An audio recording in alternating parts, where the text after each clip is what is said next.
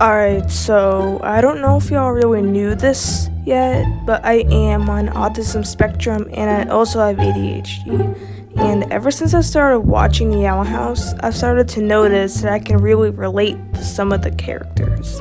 And while looking up headcanons on YouTube and TikTok, I found out that the reason I could relate to these characters so much is because they all have their own neurological coding.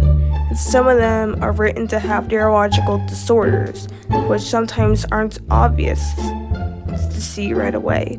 Then of course, if you're neurodivergent, we're all likely to try to find neurodivergent coding in cartoon characters. It's actually pretty easy, and that's what I've been doing for the past 6 months that I've watched the Owl House and made content on my YouTube channel about the show. So, as you read by the title, I'm going to explain my viewpoint and my opinion on how I see the characters of the Owl House as neurodivergent. Oh, and a disclaimer real quick, this video is not intended to be a tool or a reference for self-diagnosis. If you think you may be autistic or have ADHD or whatever, just based on watching this video, watching other videos about this topic, or just watching the show in general, please do research before making a self-diagnosis. Please, I don't want to be that person that makes people think they have something that they don't, just because of a cartoon that they watch, and go around saying they have the disorder. Please, it's common knowledge. Luce is very implied to have ADHD, and maybe also low-functioning autism. I don't know, I made to look a little more into her character, but compared to the other characters like Amity and Hunter, she seems more on Gus's level of neurodivergence, which I will explain later in the video, how I see Gus as neurodivergent, but for now, let's talk about Luce. Luce has a special interest in magic, becoming a witch, and the book series The Good Witch Azora. I mean, her father did give her the book for a reason, for her to read it and enjoy it, but the hyperfixation that she has with it screams autism. She obsessed over it so much that her story pretty much replicates Azora's story. We know this for sure because of how much we've seen it and how it foreshadowed events in the show. But this all stems from Luce's obsession with it, like Hunter's hyperfixations, but way more intensive foreshadowing involved with it. Now, I'm not saying that Hunter's fixations don't foreshadow anything, because at least one of them does, Cosmic Frontier. But Luce's hyperfixation on the Good Witch Azora is on another level of foreshadowing. And she also seems to be a nerd when it comes to glyphs and combining spells. Now, of course, this is because of her desire to be a witch, but a neurotypical doesn't full-on obsess over a specific step to achieving something this huge, but Luce talks about it non-stop. Now, a reason for her having ADHD is her short attention span, but a reason for her being on the autism spectrum is that she tends to not struggle paying attention to things if it's about her interests. Struggling to pay attention to things is a major sign of ADHD, but struggling to pay attention to things unless it's about a special interest is way more correlated with autism. Since Luce has a very short attention span, unless it involves her interests, I think having autism and ADHD overlap. Now, something that could be a cause of autism but mainly is caused by ADHD is the fact that Luce sometimes gets out of control with her behavior when she shouldn't. She tends to blurt out random things on her mind regardless of if they're rude comments or not. The thing is, she tends to blurt out her honest thoughts when she shouldn't, which is a sign of autism. And she also blurts out random things, rude or not, in places where it's not socially appropriate, which is a sign of ADHD. Now, I don't know if this is more common in autism or ADHD, but Luce tends to have sensory overloads and shutdowns quite frequently. Like, she may have a small meltdown or yell out of frustration, but then she storms off and shuts down. Shutdowns and sensory overload is a major sign of autism, and when it mixes with ADHD like hyperactivity, and she yells uncontrollably, it's hard to tell if it's autism or ADHD. Another thing that I'm not sure about is more of an autism stim or an ADHD stim, but she tends to stomp her feet when nervous, excited, or scared. She has done this repeatedly all throughout the series, and I think we've all noticed it in her before. But the thing is, everyone sims from time to time, but people who are neurodivergent, specifically with autism or ADHD, tend to do it more often. One thing that for sure indicates they're being autistic is that she keeps a diary entries on her laptop. Like Amity keeping her thoughts and feelings in her journal, we didn't exactly see this part of her until thanks to them, but notice how she vents in all her entries. This could possibly be a coping mechanism for Luz, since she probably masks her neurodivergence just as much as Amity does. At the same time though, just because someone in a couple is autistic, and they both show autistic traits, this doesn't necessarily mean that the other person is autistic. Just because Amity is autistic coded doesn't mean Luz is as well, but she's still for sure neurodivergent. Dana Terrace did confirm Luz is neurodivergent, so this could mean anything. Now, based on my input on Luz being neurodivergent, I personally think she rather only has ADHD, because the amount of traits of ADHD versus the amount of traits of autism she displays don't add up. Especially since anyone could have obsessions and meltdowns. Although it may be more common in autistic people, it's not exclusive to those on the spectrum. People with ADHD can show just as many autistic traits as a neurotypical, but it doesn't make them autistic. Although autism and ADHD have a lot of overlapping traits, and someone who has one of them is more likely to have the other, doesn't apply to everyone who's neurodivergent, especially if they don't show too many traits of the other disorder.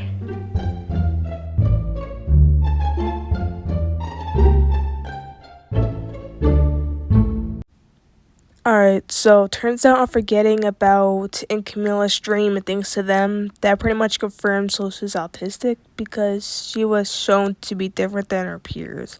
She was bullied because of her differences, and Camilla said that Luz has always done things differently.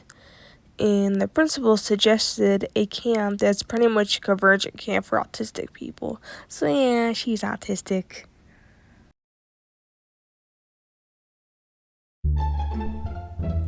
A lot of people headcanon Gus is autistic, but I personally don't think he is autistic, but rather has ADHD, like Luz. Now, I know y'all are gonna be like, but he has special interests in the human realm, or he doesn't understand social norms. Well, I'm going to explain why those things, plus all the other traits in people think are from autism and other things underlying ADHD. So, first, let's look about special interests in the human realm. Special interests in autism typically include info dumping, especially not knowing when to stop or being able to tell when people are ignoring you.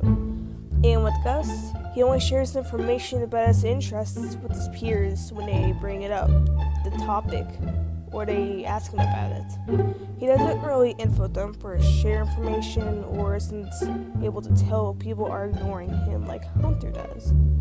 Hunter is a very autistic coded character, by the way. I'll get into it later in the video.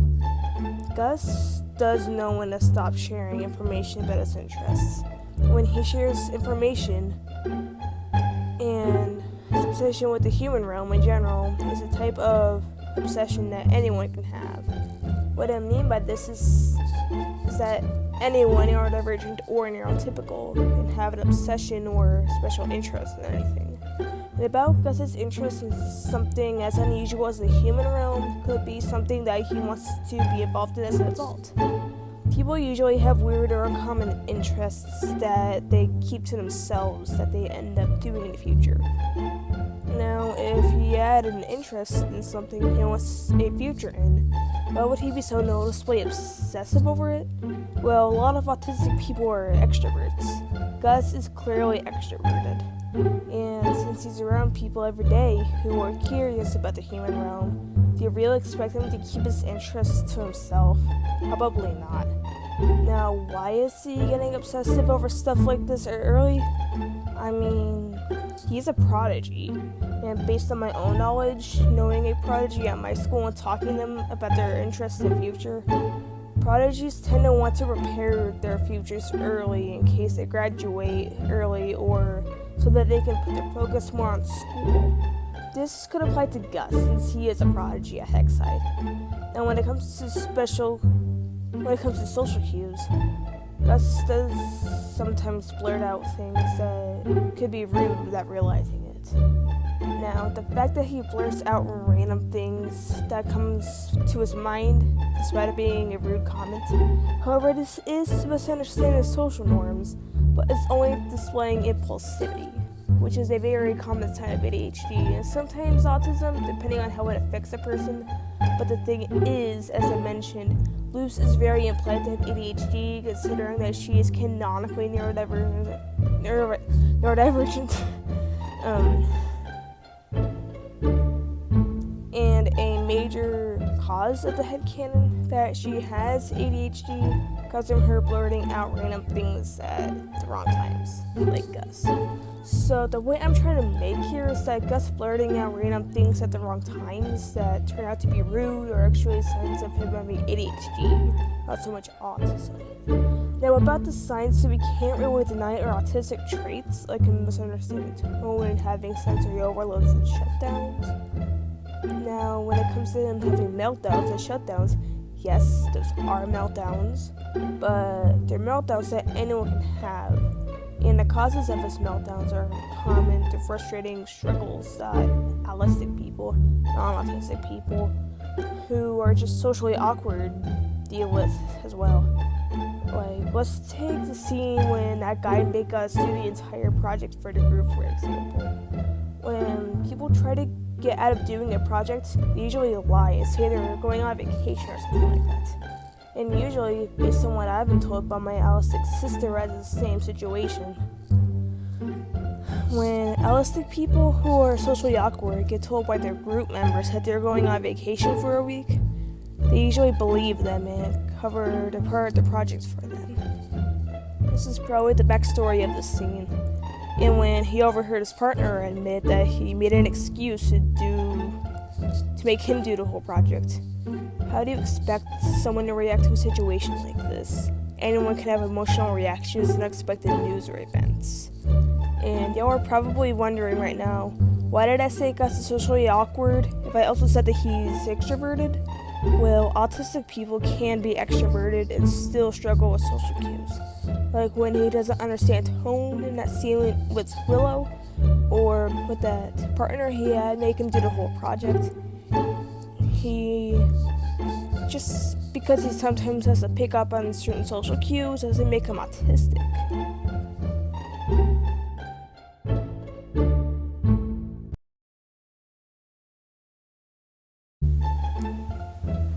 Okay, believe it or not, I was gonna make a video about this months ago, but never happened to, so here's to make up for that. Amity is a character that seems to be neurotypical, but also displays a lot of autistic traits.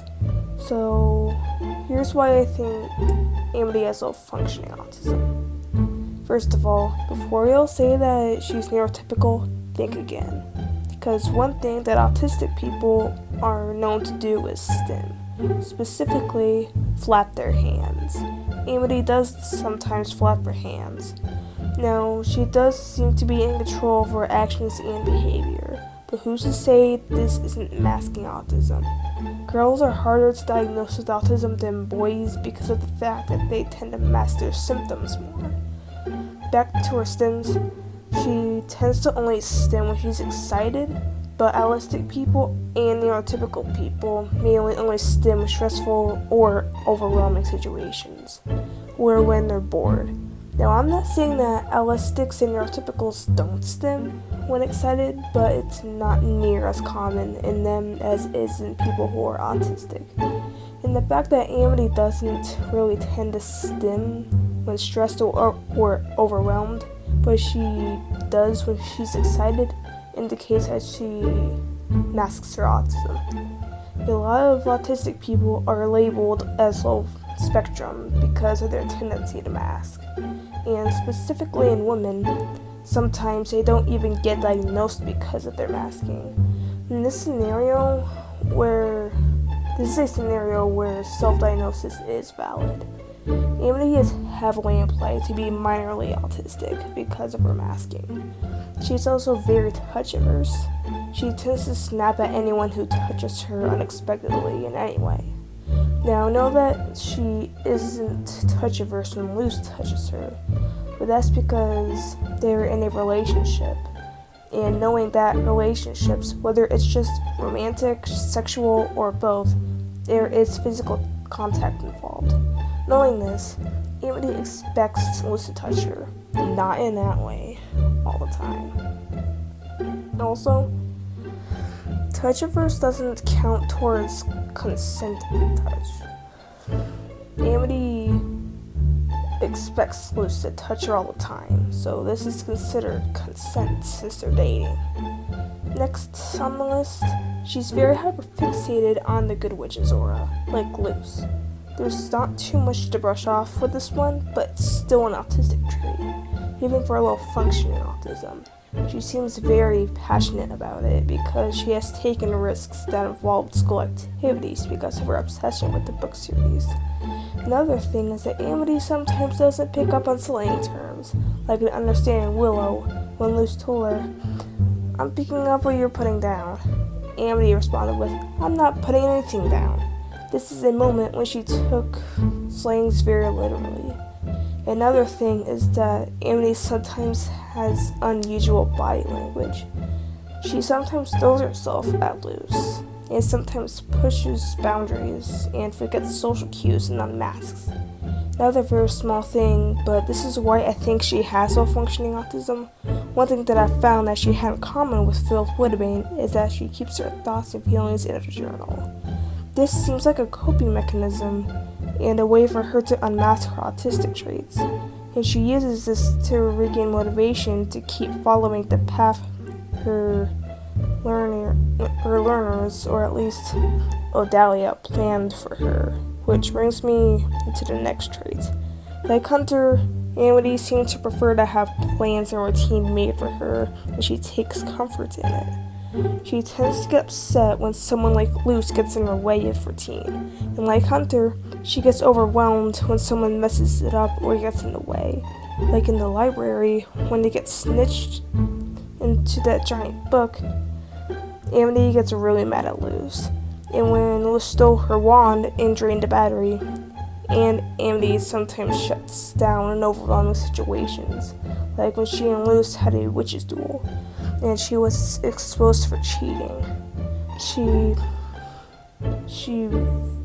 left the room and went in the hallway and shut down completely. And lastly, it would only make sense for Amity to be autistic since Luz is canonically neurodivergent, and I feel like it would be a good rep. Part of the reason Lumity is what Disney needs is because it shows LGBTQ rep, mixed race relationships, and neurodivergent rep.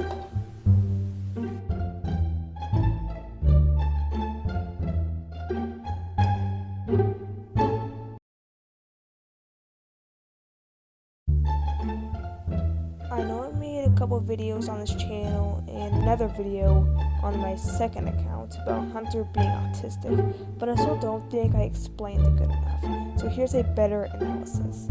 Now, a lot of Hunter's autistic traits come from the fact that he is very implied to have C-PTSD, or complex post-traumatic stress disorder, which is caused by multiple traumatic experiences or events happening throughout a person's life. Not only could some of his autistic traits be a cause of PTSD, but they can also be a cause of his upbringing or growing up conditions. But there are a lot of things about Hunter as a character that PTSD or his upbringing can't explain, however, autism can explain. And I think there is a hidden allegory about Hunter's trauma and upbringing that relates to him having autism, but I'll get into that later. But for now, let's talk about his traits of PTSD. So first of all, Hunter tends to be easily startled at the slightest things. He sometimes even makes a squealing sound in fear when touched unexpectedly. All this most likely came from Bell's abuse or certain attacks while in training or dealing with dangerous people that he was ordered to arrest. People with PTSD, especially C-PTSD, tend to be averse to touch of any kind due to physical abuse from their domestic other, which is often a cause of childhood trauma. Hunter also tends to have flashbacks and re-experiences emotions, and has slight facial or verbal reactions when he feels that he will be abused.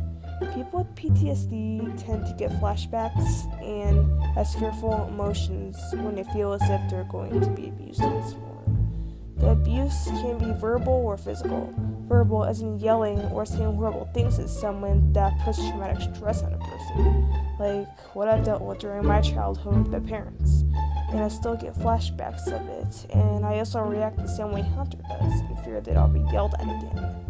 And physically, as in beating or any type of physical harm to someone, it could put the same amount of traumatic stress on a person, if not more. I personally grew up with a physically abusive father figure who beat me, not out of anger, rather just for fun, to mess with me. And when he gets close to me or raises his arm or hand up at me, I still react with the same way that Hunter does in the same scenarios with Bellows. We both get frightened by it as teenagers. Now, about Hunter's eye bags and not sleeping at night can be a cause of insomnia from his trauma. He probably gets nightmares about traumatic events that keeps him up at night. People with PTSD tend to have nightmares that causes them to have insomnia that just adds onto their stress. Hunter also tends to have panic attacks and fear that he will experience more trauma. And do I really have to go further into detail with this? Another thing is that Hunter has trust issues with people. People who have experienced trauma tend to avoid or not be able to trust their close friends and family because of their past experiences with their relationships. Now let's get on to his autistic traits.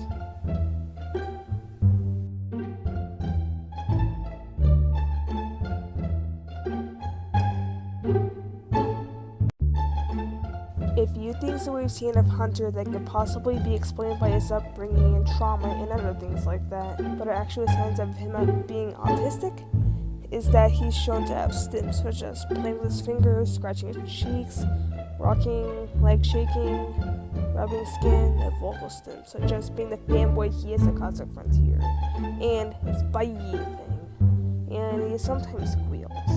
Now, a lot of this can be caused by his trauma, but autistic people tend to stim the most. He also seems to be good at following rules and takes comfort in it. Now, before we all say that this is caused by his upbringing, just because a person grew up with routine and authority doesn't mean they don't like it.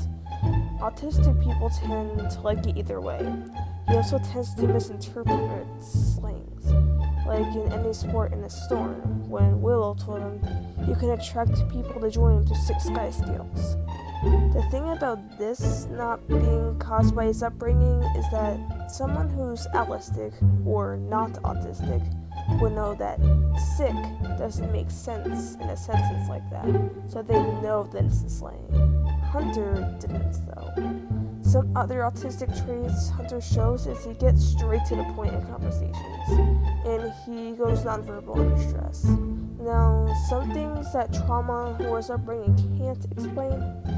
He was known as a genius teen prodigy.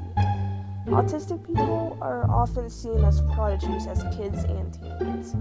He also has poor voice control, which is why everyone thinks he has an annoying voice. And he also tends to overexpress things and has unexpected tone switches. As an autistic person myself, I have always struggled with my tone of voice when it comes to conversations. Hunter also has cringy special interests and influence about his special interests about wild magic, titan veins, mindscapes, wolves, and even the book series Cosmic Frontier.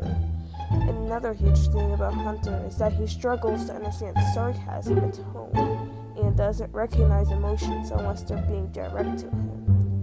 He also sometimes pushes boundaries, and he also struggles to express his emotions. He either goes nonverbal or has outbursts. Hunter used to wear gloves all the time, which leads me to believe he has sensory issues and has more proprioception, I can't even pronounce it, or fine motoring skills. He often performs poorly at simple tasks. Now, onto something that I found interesting that seems like no one else noticed in this episode. We can tell Hunter gets overstimulated very easily. As we've seen in Hollow Mind, when they sabotaged his mission, they started screaming at her and became overwhelmed due to the situation of the Coven heads getting away. Since he had an intense reaction to an overwhelming situation, I like to think of this as an allegory of a meltdown. I made a video about this in the past, but I'm going to try to explain it in further detail. Lewis screwed up his mission of catching the Coven heads trying to evade Dulce's mind. And since the Coven heads were able to run off so Hunter couldn't get to them, this caused him to be frustrated and overwhelmed.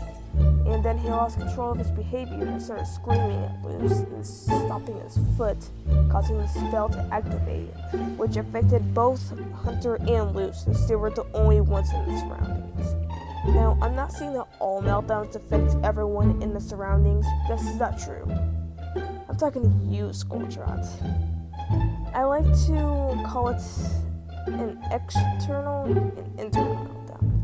An internal meltdown involves a reaction to an overwhelming situation that includes stims and yelling that only affects oneself. An external meltdown is a reaction to an overwhelming situation that causes a person to go into fight mode. This can be anything like hitting someone, yelling at someone, or destroying things.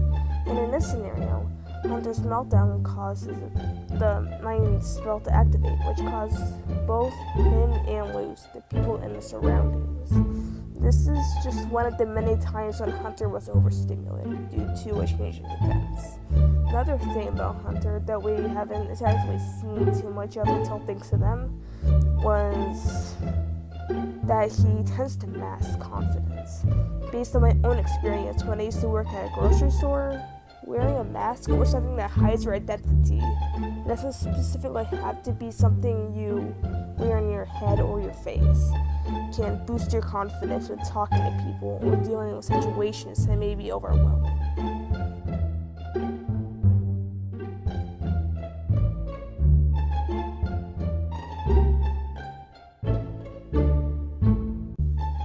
Another huge thing about Hunter that's related to him being autistic that he seems to only be able to emphasize in people if he finds himself able to relate.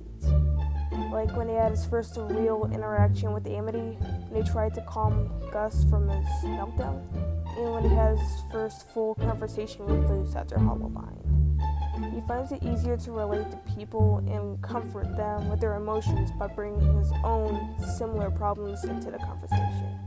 Now, I'm not saying that autistic people can't feel empathy, but some don't. At least not how an autistic or neurotypical person would. Last thing to cover with Hunter before the allegory is Flapjack being an ASA, or an emotional supporting animal. People with both autism and PTSD may have an ASA to help cope with their emotions. But one thing that Flapjack does for Hunter that no other palisman does is that he helps Hunter navigate the world and to socialize with his peers. Most autistic people with PTSD don't have trouble navigating the world, but since Hunter seems to struggle with it, this just makes him more likely to be autistic, along with having PTSD. And now time for the allegory. So I have seen someone bring this up on a Tumblr post, but I thought I might try to explain it in further detail. As I mentioned, those who are autistic are more likely to have PTSD than those who are allistic. This comes from not knowing you're autistic. Your family and peers seeing you as a weird neurotypical, or both.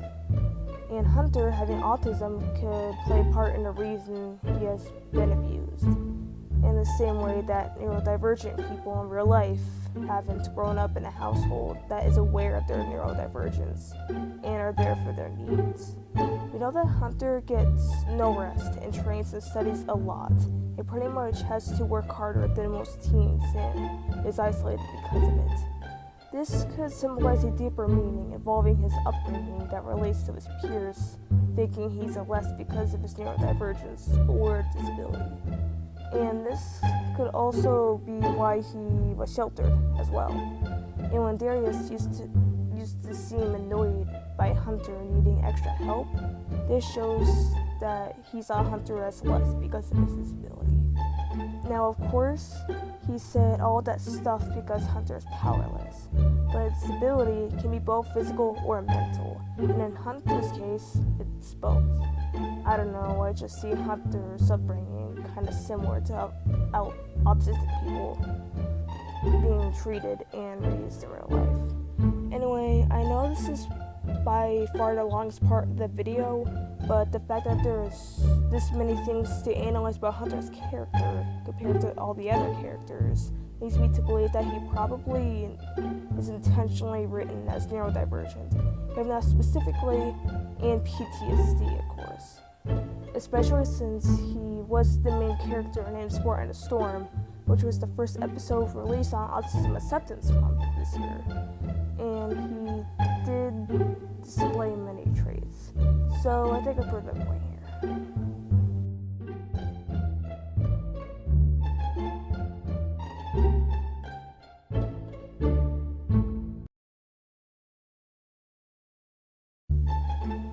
The two remaining child characters of the show. I saved these two for last because I don't see much of any signs of neurodivergence in these two, which is why I think that these two are written to be neurotypical. I say this because unlike people with autism and a lot of people with ADHD, they seem to be able to tell when someone feels or looks uncomfortable or upset. Like when Gus activated his illusion spell in Labyrinth Runners, Willow, despite ruining the mood with that abomination thing, she knew that he was upset and something was bothering him. And Gus looked bothered by the thing Willow was doing in front of him to try to cheer him up.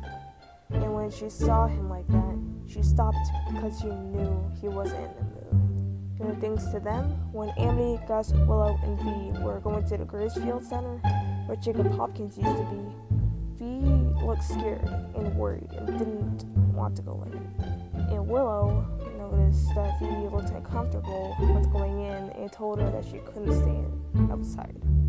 This shows that Willow is able to tell what people are thinking or feeling and tries to help when she can. And with Vee, thanks to them, when Gus said, it did bring tears to her eyes.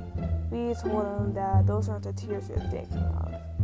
This explains that since Vee could tell when Camila feels vulgar or uncomfortable about something like that, she can tell what people are thinking or feeling. And Willow or Vee don't really tend to take things literally or struggle with slangs. In fact, Willow actually uses slang terms, like a neurotypical.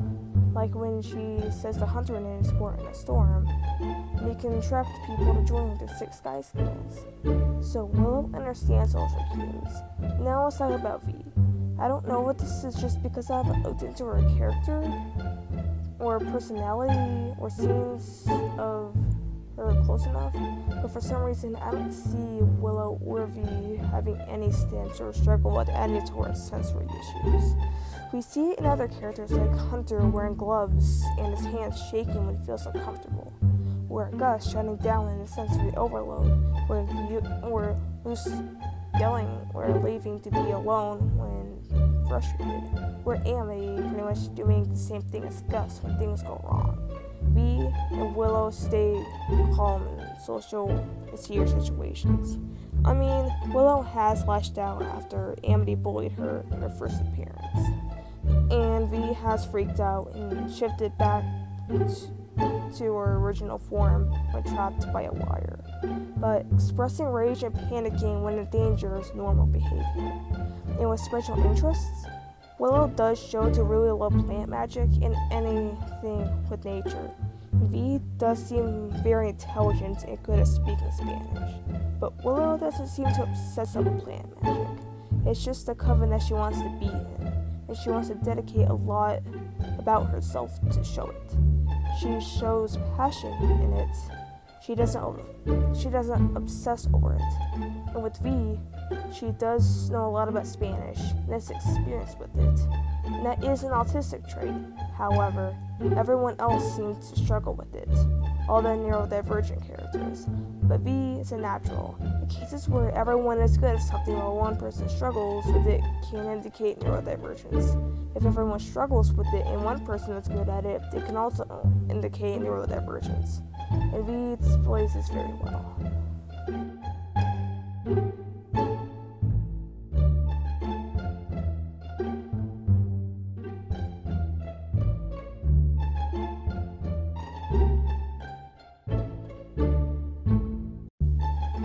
Anyway, this is going to wrap up this analysis. This took a few weeks to write out, record, edit, and put other details into, so I hope you all found it somewhat interesting. And again, this is just my personal opinion. Feel free to share your own thoughts and opinions in the comments. Just please no hate or saying stuff like, am I autistic? Because again, this video is not a tool or a reference for self-diagnosis in any way. If you think it may be autistic or neurodivergent, please do research. Not saying self-diagnosing is bad. I'm actually currently working on a school project about that while making this, by the way. Anyway, I'm just saying that this isn't a resource to use for it. Anyway, hope you all enjoyed the video. Make sure to like the video if you enjoyed it, leave your thoughts in the comments, and subscribe for more character analysis and autistic headcanons.